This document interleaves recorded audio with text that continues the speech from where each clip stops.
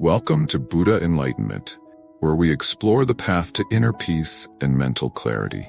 Today, we'll uncover how to deal with those stressful what-if scenarios that plague our minds and how mindfulness can set us free from anxiety. Let's dive into the wisdom of the Buddha and learn how to challenge our thoughts and find peace within.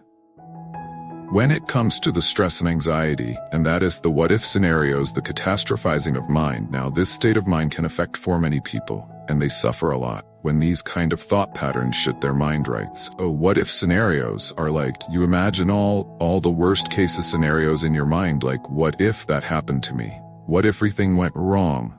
What if they're cheating me? What if the people all around are up to no goods? So we expect and we create these scenarios in our mind, and we suffer, and it's okay, and our brain is pretty good at creating these scenarios in our mind rights. That is why we need to learn how to deal with these kind of thoughts when they come into our mind. Not every time we get these kind of thoughts, but when there are certain times that we get these kind of mental states, and it's very painful, and people suffer a lot in these kind of thought patterns.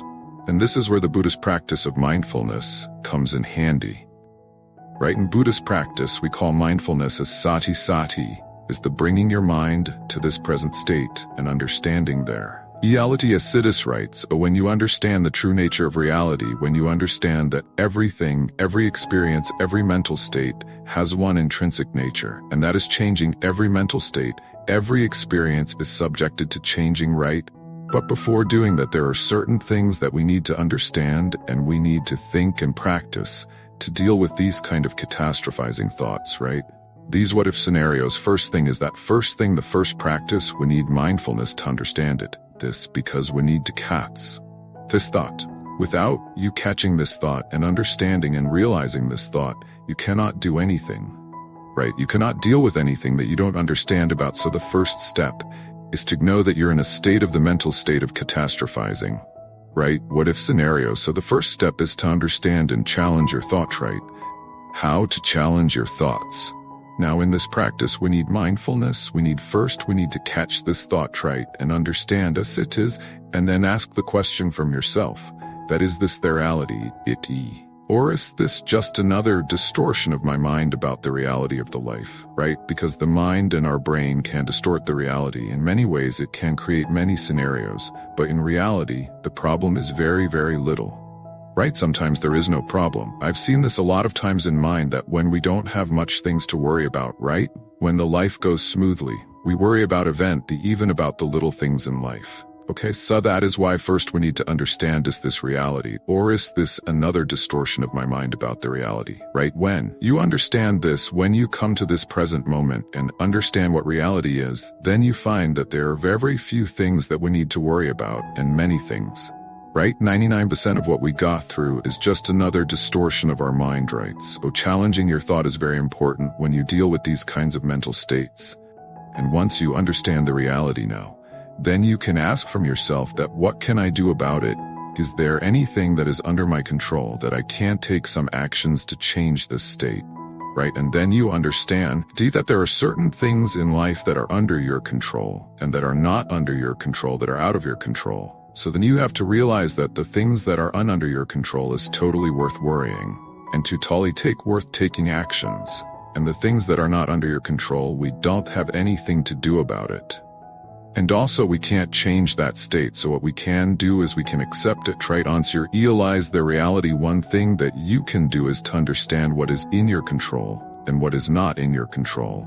And that is the next thing that you have to do. And once you understand the present state of mind, now you can add a little mindful practice to your life, right? Such as breathing meditation, right? A mindful in-breath and out-breath will help you to relieve your stress.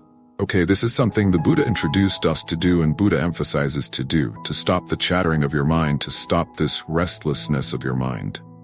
Because once you're in these kind of mental states, one thing that happens to your mind is you become restless. So mindful breathing practice will help you to relieve the anxiety and relieve the stress from your mind and become more peaceful and calm. And there's another practice that you can do.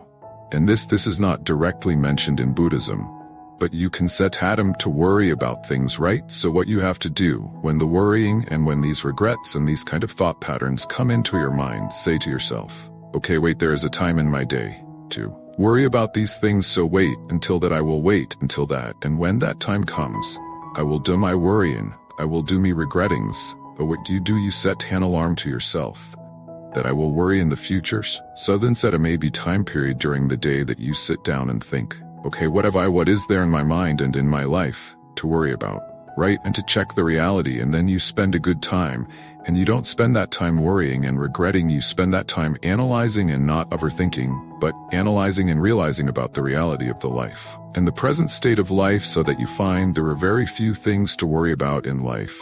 And all the other things that our mind has created inside our mind are just nothing but distortions of reality. So these are the few practices that you can add to your life whenever you get these kind of thought patterns. Practicing these tips will help you to ease up your mental states. So practice this and make your mind peaceful and calm. Thank you for watching. If you found this video helpful, please give it a thumbs up and share it with others who might be struggling with stress. Don't forget to subscribe to Buddha Enlightenment for more wisdom on finding peace, happiness, and inner clarity. May you live with peace and mindfulness.